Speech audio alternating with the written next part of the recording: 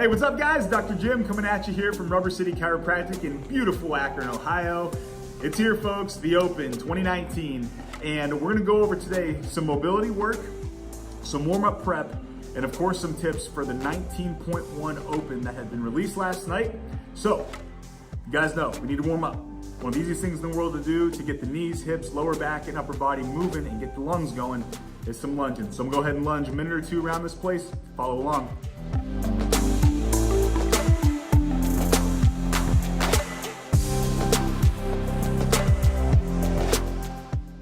All right, now that you guys have moved around a little bit, let's get into some mobility work. Hey, what's up guys? So the first thing we're gonna work on is try to loosening up the glutes, especially in the bottom position with all these wall balls and with all the rowing. So take your softball, we're gonna get up on all fours here, just like you guys have known before, and we're gonna scour around and try to find what is the tightest spot or kind of the most knotted up spot. And once you find it, go ahead and take this leg and you're gonna release it to the ground, and we're gonna go ahead and bring it up to this knee. That's one rep, let it relax all the way down. That's the second rep, and we wanna go through about 20 slow controlled reps.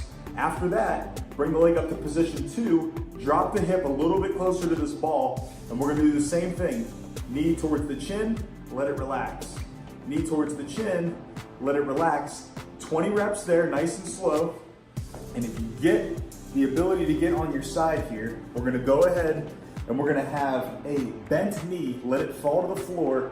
That's gonna let this ball sink into glute medius and TFL, which is the highest point in your IT band. So for those of you out there who have had tight lateral thigh and maybe even a little bit of knee tightness or pain, go up here and clear just the lateral side of the hip at TFL and glute med. This is a very, very good spot to get you a little bit more depth in these wall balls so you can fire out of the hole a little bit better, and same idea with your rowing.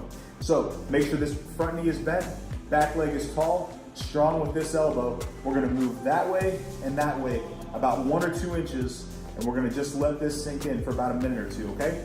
Then we're gonna move on to a shoulder blade release as well. Okay guys, so the next thing we're gonna work on is trying to clear out that scapular region between the T-spine and your shoulder blade. So take a tennis ball or a lacrosse ball, get on your back, and what we're gonna do is we're gonna put it just off the corner of that shoulder blade. And a couple easy tips here. You can take your legs, bend them, push your heels through the ground, come up to a bridge, and we're gonna take this hand, reach to the opposite hip, and then reach up and over. And what you can do here is draw circles, 3 one way, 3 the other way, and then you can change the hands on the clock. You can come out here, you can come down here, same idea. 3 one way, 3 the other way. You could reach across your body, you could go across down this way, across down this way. Whatever feels like you need, just make sure that you bridge up, and let's try to get pressure on each side for about a minute or 2 to try to clear up the shoulder blade. All right guys, so after we've taken care of some of the soft tissue warming up with the balls, we wanna warm up the joints and start to get into some dynamic movement. So, got a couple things for you.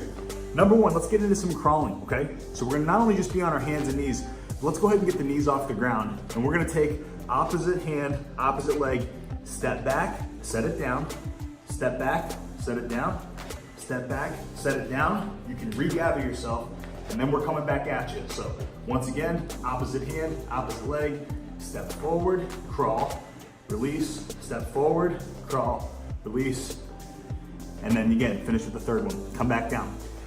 Go through 5 forward, 5 backwards, and then we're gonna get into something that looks a little bit more into the hip hinge variety.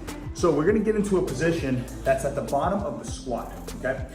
You can place your hands on the ground, step up to a bootstrapper, come right back down, and we're gonna take one arm, drive it straight down as if you're about to pick something up. Take the opposite arm, and you're reaching either up or out at 45 degrees, and you can come right back down. This arm goes straight. Make sure you engage everything on the back side of the arm. It should feel almost like your lat muscles trying to drive down as if you were about to deadlift. This hand is gonna come straight up or out to 45 degrees, pause, right back down. You can pop back up into that bootstrapper, reset your feet. Maybe you need to go wider or more narrow. Come back down at the catcher's position, lock the arm down, reaching up or out, pause, own the movement, come back down, new breath, come back up, or out to 45 degrees, come back down, back up into that movement. 5 reps, okay? So we'll go up and down a few times, bring the arm into an overhead position. We're trying to prep for that bottom position before you explode back up, especially in the wall ball. All right, guys, so one of the last positions we want to get into to prep that deep hip position is going to be the deep runner stretch. And we're going to get into a position that looks a lot like this. Okay, we're going to stay strong with the back glute engaged, pressing down with this hand as we peel open the opposite hand to the ceiling. And go ahead and look towards the ceiling. We're going to hold this for a big breath in and all the way out. Return the opposite hand to the ground, and we're going to peel back the other side up to the ceiling. Big breath in, all the way out. Take a step back with that leg. Take a step forward with the opposite leg. And I'm gonna show you guys from the side, that way we got a different view going on here, okay? So some people can only keep their knee in this position. If you can get up onto your toes, you're just gonna feel 2 different varieties there. But stay strong with one hand, peel back the layers, open up to the ceiling, big breath in, all the way out. Return the hand down. Once again, big breath in, all the way out. You get the idea. We're gonna do 5 reps on both sides and move on to the next step. All right, guys, so I know it's tempting to only think about working the lower half of your body when you're prepping for this event, but it's really important to prep the rotator cuffs. I love kettlebell or plate halos, so we're gonna go through and do 10 per side. So we're gonna go ahead and hold it right in front of our face. For those of you who've never done this, don't bump yourself in the face. You're gonna work the plate around your head one way, return it to a front position, and then we're gonna reverse that. Simple as that. That's 1 rep both ways. I'd like you to go ahead and do 10 both sides. You can bring the weight up if you'd like to, increase it. Start with something that you can control, that you don't pop yourself in the face. And then we can move on to the next spot. All right, guys, so one of the first things that we want to prep is going to be activating the core and then into a position that we can there explode from. So I like sit up to squat jumps, so you can do a bench, and I'll show you a variety off the floor for all you ninjas out there. We're going to start in a position like this, embrace the core, bringing it up, load, and then you'll explode up and through. I'll show you a couple in real time.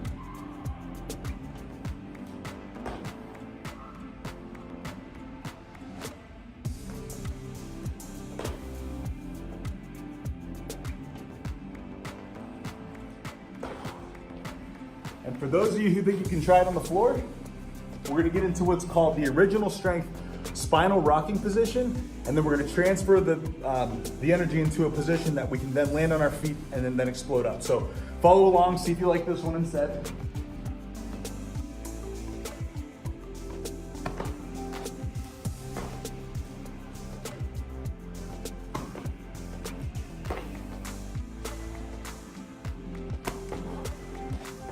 That gives you 2 different varieties to start to get the system rolling, get the breath going, and get you a little bit more prepped for the actual workout.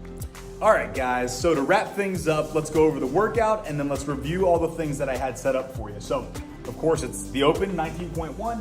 It is a 15-minute AMRAP of 19 wall balls and a 19-calorie row. So the first thing we worked on was some soft tissue just to get things warmed up. So I assumed you lunged or you moved around a little bit just to get a little blood flow into the muscles before we started here. But we had the 3 different positions for the glutes with the softball. You can use a lacrosse ball, it's a little more aggressive, but if you have the softball, that's the tool for you.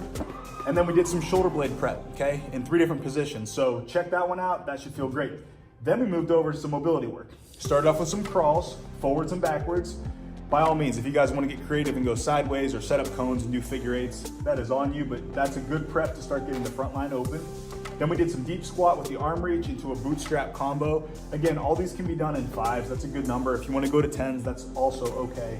Then we got into the deep runner stretch as we had the arms both open to the ceiling, then switch legs, make sure you control the breath. And then we got into some shoulder halos. Kettlebell or plates will do just fine. Then we got into a little bit of a warm up.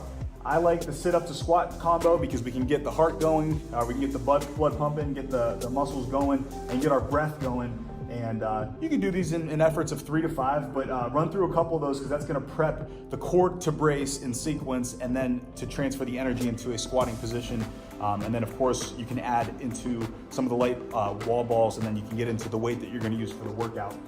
Then we didn't picture this, but as far as you all know how to row, but I would like you guys to throw in 2 rounds of max effort pulls. These are really important because you can sequence legs, core, arm. And what I want you guys to do is you would pull, catch your breath, return to the starting position, pull, same idea, but go for 10s, controlled, go for more of an effort. Don't worry about trying to get into like rep after rep after rep. When it comes to calories, you will be rewarded for moving a little bit quicker, but I wanna make sure you guys are controlled and that we're not wrenching the back out of position, or heaven forbid any of the shoulder blade muscles aren't ready to go. They'll start yanking on the ribs and you'll be in my office the following week, and I don't want that. So work through all this stuff. Let me know how you guys liked it, okay? And we'll continue to do all these videos throughout the next 5 weeks. And I can't wait to hear how everybody did, okay? Thanks again for tuning in. I'll see you guys next week. Dr. Jim, signing off. See you guys.